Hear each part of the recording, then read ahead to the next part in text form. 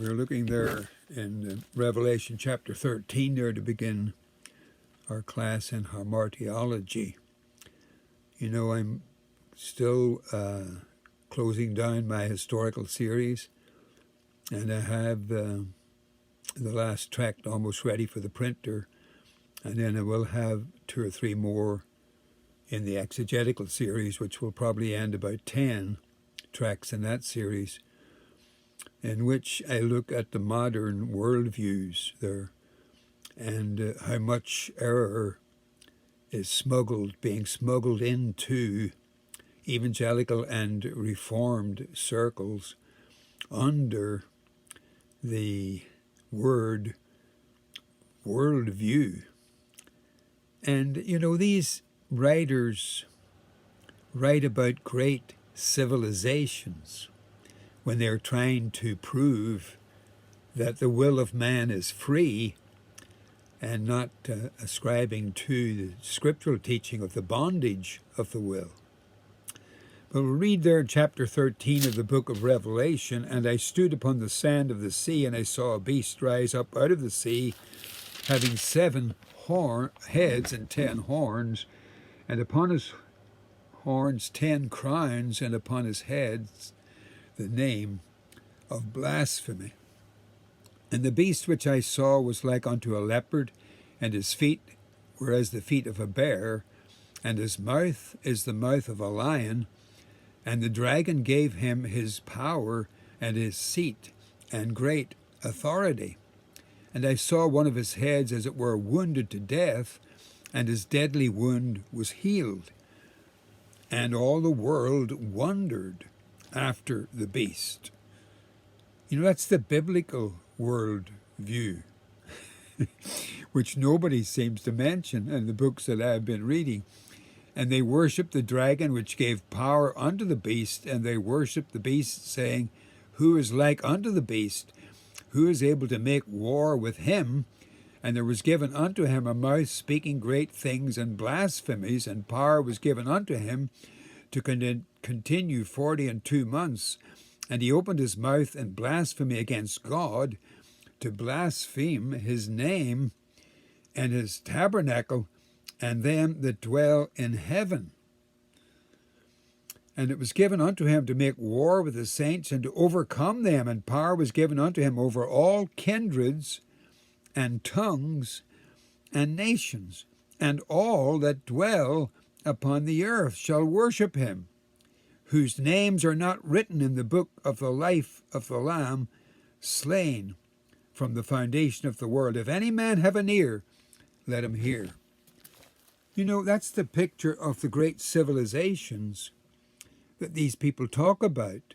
The Bible likens them unto wild beasts, and even names the beasts, leopard, bear, lion, that they're like. So they weren't great civilizations when you look at them. They were filled with infanticide, homosexuality, all kinds of tyranny and sins, and they weren't great in any way, really. They terrorized not only other smaller nations like wild beasts do to smaller animals, but they terrorized their own peoples in many ways. But that's just a thought, because the main thing that I see in these modern worldviews is the lack of the biblical teaching about sin. That's the thing that's missing, because they are much more closely aligned, we'll see in this lecture, with Pelagianism than they are with Augustinianism, which the Reformers followed, and even went beyond that. They went back to the Apostle Paul for their view of sin. And I don't think anybody seems to do that much today. They admit the fall, you know, and they think they're admitting the fall. But Pelagianism, as we'll see, admitted the fall. Pelagius didn't deny the fall of Adam. It was how he interpreted it, and they interpret it the same way, as we'll see. So let's ask the Lord to help us. Our Father and our God, again, we thank you, Lord, for life and liberty, and the freedom that we have, our Father, still to teach thy word in a world, our Father, that looks towards the beast of Rome more than towards the Lord Jesus Christ. Help us, our Father, not to be carried away with the spirit of the times, the great spirit of error, but help us, our Father, to love the Spirit of truth, the Holy Spirit who leads and guides us into all truth through thy word, the revelation which thou hast given to us to teach us, and whereby we must grow, so that we will grow in grace and in the knowledge of the Lord Jesus Christ. Bless each one, our Father, looking in this class today. Help us as we continue our study of Harmartiology, the doctrine of sin, and may we learn these precious truths and realize that the deeper and the greater that sin was, the sacrifice of Christ was even greater to overcome it, and Christ was able to overcome the works of the devil in all his ways when he was manifested on this earth, the person of our Lord and Savior Jesus Christ. So help us, our God, today. Forgive us our shortcomings and failings that trouble us, so that even when we would do that which we desire to do, many times we end up not doing it, and doing the opposite, as the Apostle Paul confessed. So help us, our Father, to ever cling to thee and to thy word, to direct us and to motivate us and to guide us, and the Holy Spirit to infill us with his power to overcome evil with good, for we pray in the Savior's name. Amen. So we were looking there at the last time as we closed off on the scriptural idea of sin. We were going to start there, and we had looked there at some of the false ideas of sin. There is Spinoza looking at it as an illusion, and Schleiermacher looking at the fact that we were not conscious enough in our senses of God, so that sin was not seen as a positive evil, only a negative failure. So the Bible teaches the scriptural idea of sin, which is, the first thing is, sin is a specific kind of evil. Not all evil is sin. Some evil which are necessarily calamitous and injurious are not necessarily sin. Floods and tsunamis and earthquakes and volcanic eruptions, which kill many people in many places, are a great evil. They're certainly not good, but they're not sin.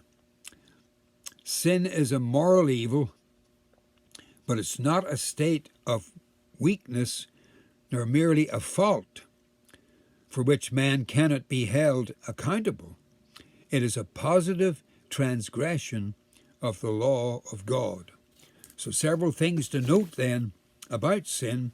Sin has an absolute character. It is an active opposition to God. And so you see, your view of God, your view of the Word, your view of Revelation, everything really comes down to how you view sin.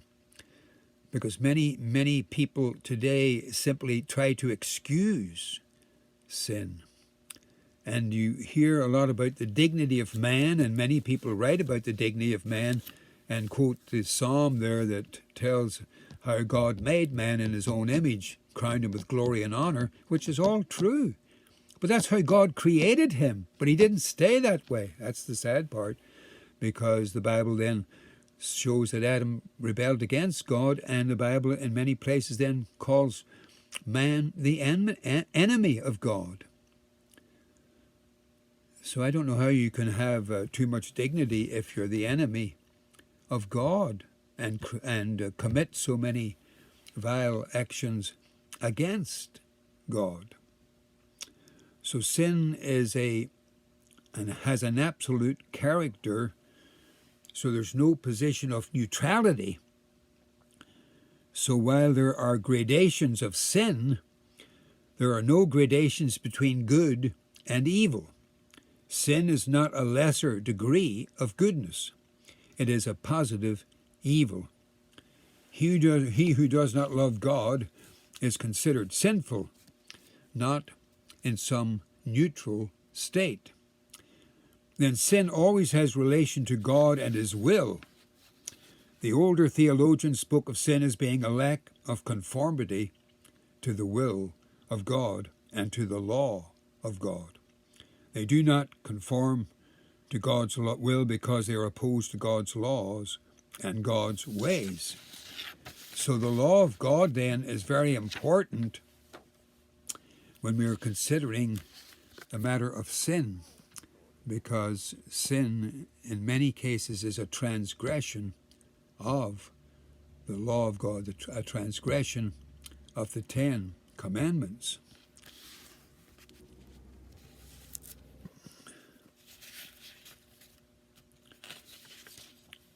And then sin does not consist exclusively in overt actions or acts of man. And that's again what many people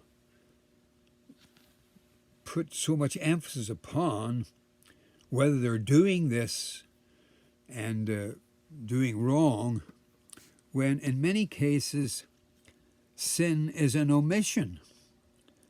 It's a failure to do what is right.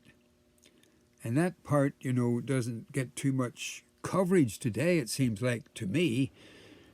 They just assume that man can do. So you read the recons and others and these people that write their worldviews, we need to do. We need to teach the arts and the sciences and labor management and economics and the whole world view. So I often wonder, when I look at those things, and the man that writes gets all the credit for writing about the worldview, James Sire, and he's published by InterVarsity Press. He emphasizes the really real, that we have to start out with the really real. Well, how do people start out with the really real? And if I've gone to Malawi and Mozambique and Zambia and other places in Central America trying to preach the gospel, did I start out with the really real, or do I start out with the gospel? I believe I must start out with the gospel, because that's what the Apostle Paul did. So the failure, here's some of the Bible statements about the failure to pray. 1 Samuel 12:23. That's a sin. I should sin against God in failing to pray for you. Failure to separate from ungodly entanglements. This is called spiritual adultery and fornication in the Bible, and that's what the great Presbyterian Patrick Fairbairn saw in Rome, that Rome failed to worship the Lord. And he also saw the entanglements then that were beginning to start with Rome there in the middle of the 19th century. He saw all those things as sin. But nobody sees ungodly entanglements with Romanism and even apostate Protestantism and all the organizations that are represented with these people in them. They don't see that as any evil at all or any sin at all. So the failure to worship God in the way He is commanded to worship, so idolatry is a failure to worship correctly. And the Bible puts the most emphasis upon this of any other sin. Because it's the only commandment that shows that it has multiple prohibitions.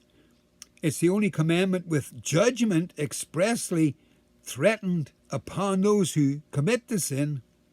And the judgment is said to continue for 3 and 4 generations of people that commit this. So idolatry is an awful sin in the Bible, and a lot of people don't. They just see idols as something that you have in your mind. They say, oh, it's not just graven images, but it is graven images as well. And again, that's not because Rome has all the images, so they don't want to say that graven images then are idols. And they say, well, idols are wrong ideas, which are true, but the idols are also, according to the Bible, the same wood you burn your fire with, you carve into an idol that becomes your God, and you worship it. And the Lord abhorred that in the book of Isaiah. So we see that the Bible puts, and Calvin and Luther stressed that the first table of the law is the worst sins committed. Those who disobey and refuse to believe and practice the first table of the law, which concerns our relationship to God, that's greater than the sins in relation to man. So we see, again, all that is played down today because they want to welcome an idolatrous religion into their fellowship or fellowship with it.